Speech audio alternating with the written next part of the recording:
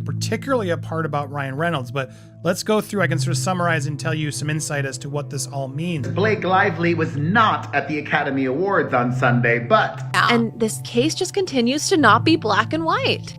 There it is. That's the pop apologist. LLC, Justin Baldoni, Jamie Heath, Steve Sarowitz, It Ends With Us movie, LLC.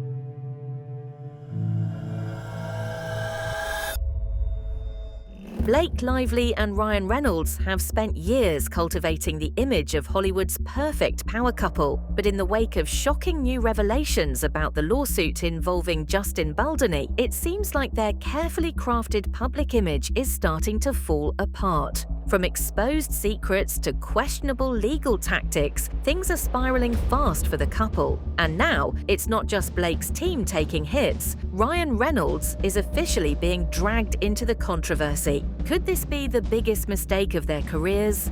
But Blake was going to Sony with her complaints. Initially, though, she says she was going to them with complaints, but it turns out those complaints might have just been based on COVID protocol, which, again, would be very different than the story we were led to believe. While Sony was going after Justin Baldoni, sending him some mean messages, being like, dude, what the hell, man? Like, you know, what are you doing over there? Not realizing that they were part of a sort of plan by Blake Lively to take the film over from them. So it's very dramatic, and it shares Sony actually offering Justin Baldoni advice on how to handle all of her concerns. So you really get to see them being put in the middle, and in the end, they're going to try to please everybody. On one end, they're distributing Baldoni's films, so they got to please him, and on the other, they got to make sure Blake Lively plays ball, promotes the trailer, and does all of that. So Blake Lively's lawsuit against Justin Baldoni was already messy, but things just took a shocking turn.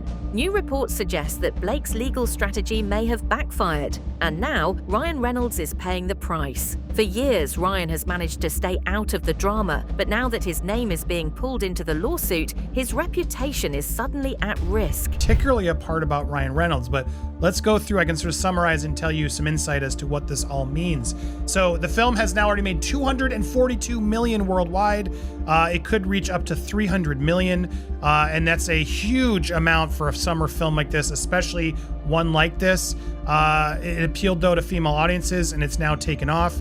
Hugely profitable, as the movie only cost $25 million to produce, and it's expected to net at least $25 to $30 million in profits for both Sony and directors Wayfair Studios, which is Justin Baldoni's, the director-actor's production company, which financed it with TSG Entertainment.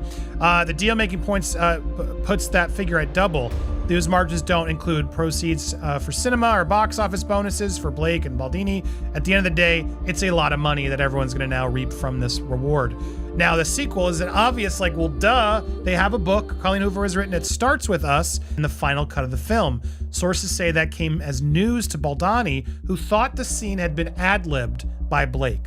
So I guess that's because a lot of people are like, well, how could he have not known that the scene was written? He's the director, and I shared that too.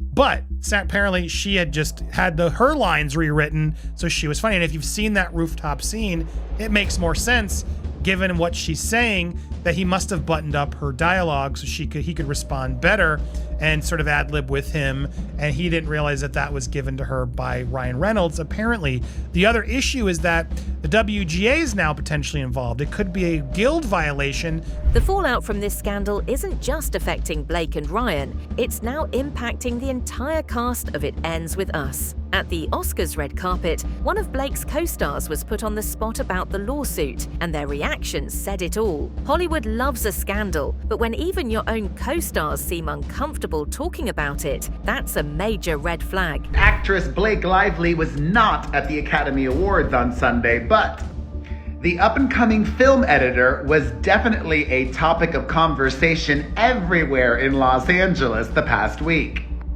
Her husband, Ryan Reynolds, has never been nominated for an Oscar either, but he is a member of the Academy.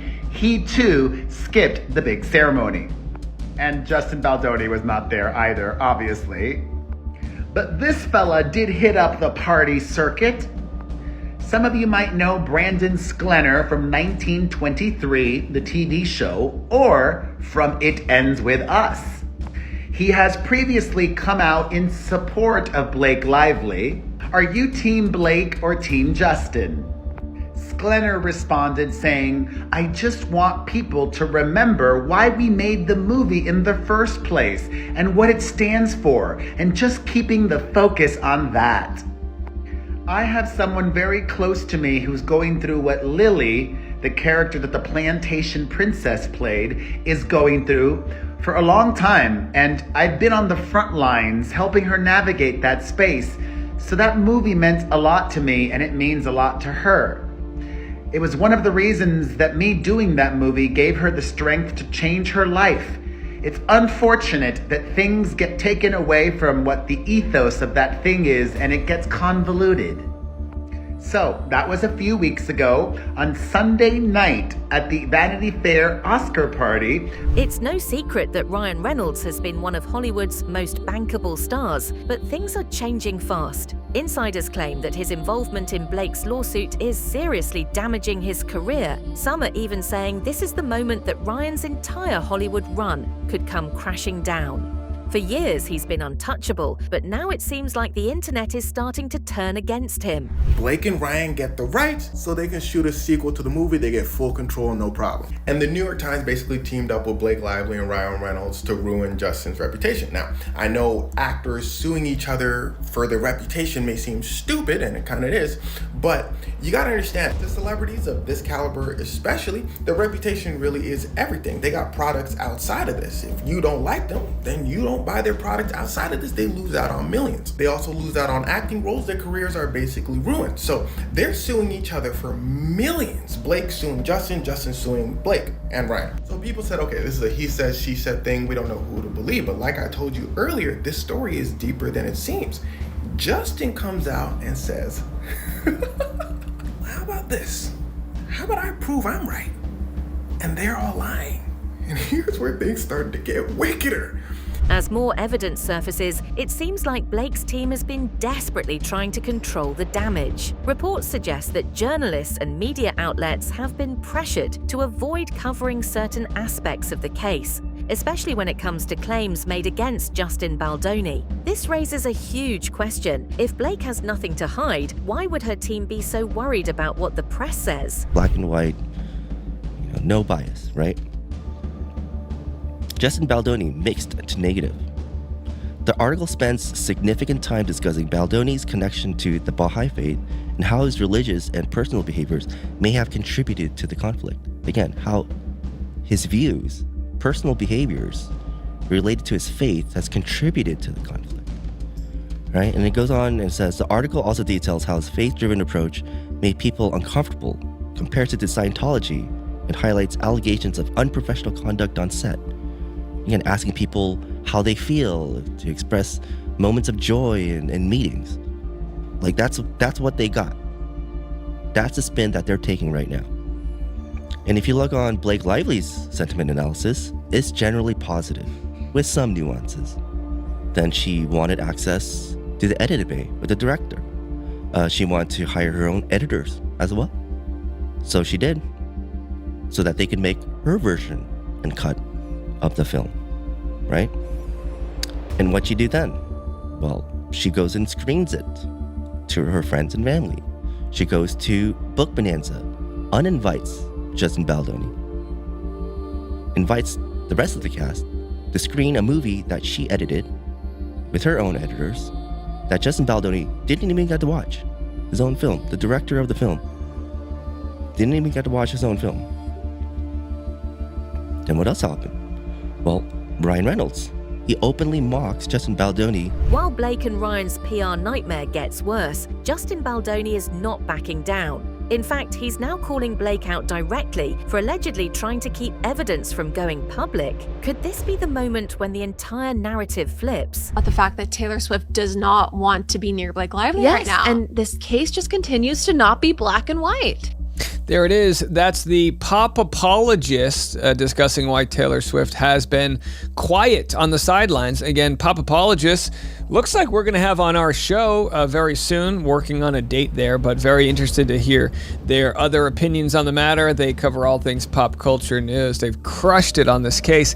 And yeah, I mean, and I don't blame Blake. You know, she doesn't know. And when you don't know, you don't bet your full hand. When you know, like Kesha, when you know somebody's been completely bent over and you know, in Kesha's case, she, you know, valid complaints, you stand up for people like that. With Blake, she's going, okay, you know what? For years, Blake and Ryan's social media banter was one of Hollywood's favorite love stories. They were the funny, relatable couple that everyone loved. But now, people are starting to see things differently. Blake once joked about what's off limits when it comes to social media digs with Ryan, but with the lawsuit heating up, some of those jokes are starting to look bad in hindsight. Have they been hiding behind humor this whole time? This was Ryan's birthday? Yes. And yes. And you wrote, I picked a good one? Yeah. It's beautiful. It's dad jokes, right? I'm just a dad now, I guess. And then he returned the favor on your birthday. He did a series of photos where you're just either slightly off camera, your eyes are closed, out of focus. Yeah. It's alarming to me how many of these photos he found, though, where I look like this. And like I have a Barbie in my lap, and I'm like, what is happening here? But he looks handsome in all of them. I really need to like work on my photo face. I don't know. It's aggravating, isn't it? Because he always looks like perfect like that. I gotta dig some You're doing fine. You're doing fine. You're good. Let's talk the new movie, okay? Yes. Because as Michael said, you play an assassin. It was so cute when you posted the trailer. Just how I shattered my hand. We shut down for 6 months. Yeah, my hand basically turned to like feta cheese. It's just like. How'd you do that? What happened? I was like lunging towards Jude Law with my fake rubber knife, and my hand collided with his elbow, and I, broke some things and dislocated some things and severed a ligament, and yeah, it was pretty intense. I know that but that's why you guys have to see this movie out of charity. So I gave my right hand for something. That's right. Would you all like to see a little snippet? Yes. Ryan has always been Hollywood's funny, charming leading man, but in the wake of this lawsuit, his popularity is plummeting. The internet is brutal, and it seems like people are finally seeing a different side of him. For someone who relied so much on public perception, this could be a career-ending problem. Reynolds as a person, it's more so like what he represents with the current state of Hollywood and like, oh shit.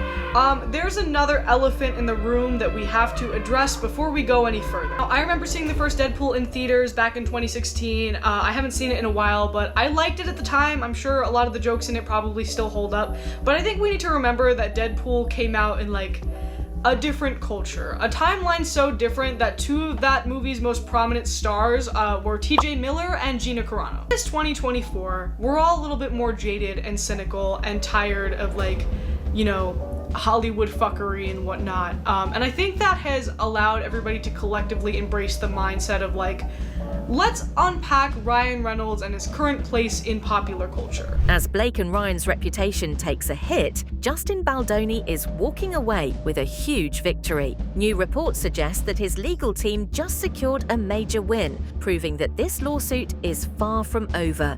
This case is getting messier by the day, and it looks like Blake's side is losing control. Studios, LLC, Justin Baldoni, Jamie Heath, Steve Sarowitz, It Ends With Us Movie, LLC, Melissa Nathan, The Agency Group, and Jennifer Abel moved to squash subpoenas issued to cellular providers AT&T, Verizon, and T-Mobile by Blake Lively.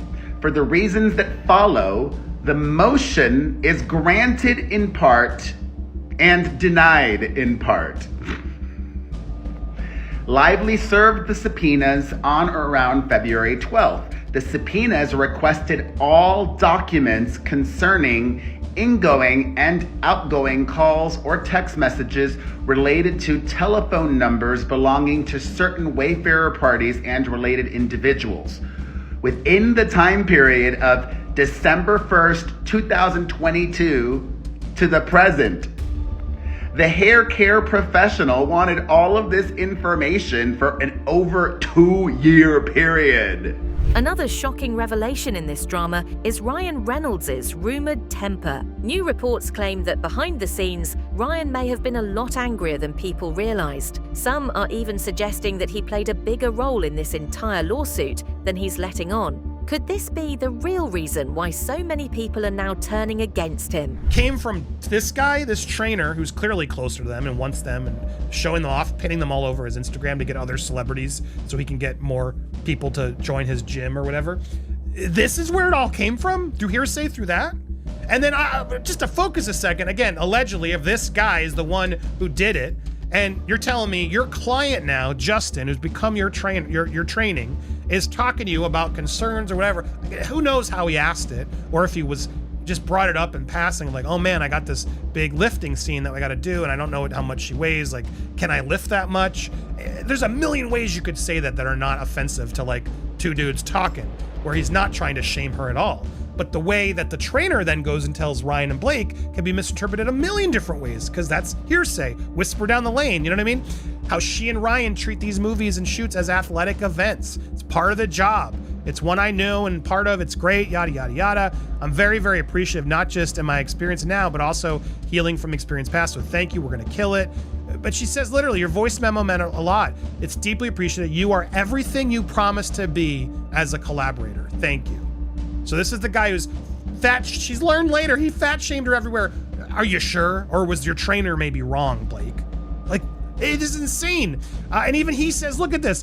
Whatever, please, whatever, you look amazing. You will look amazing. Anything you are insecure about, we will walk through and get creative together and make you comfortable. I just don't want you to stress about your body. It's the last thing you need. With the lawsuit spiraling out of control and public support crumbling, it seems like Blake and Ryan are running out of options. They tried to control the narrative, but now it's backfiring, and Hollywood is watching it all unfold. With Justin Baldoni gaining momentum and new accusations emerging, this legal battle is far from over. We talk in our moments like this. He said, that's really nice and all, but for this scene, we're just gonna be quiet. She just keeps talking.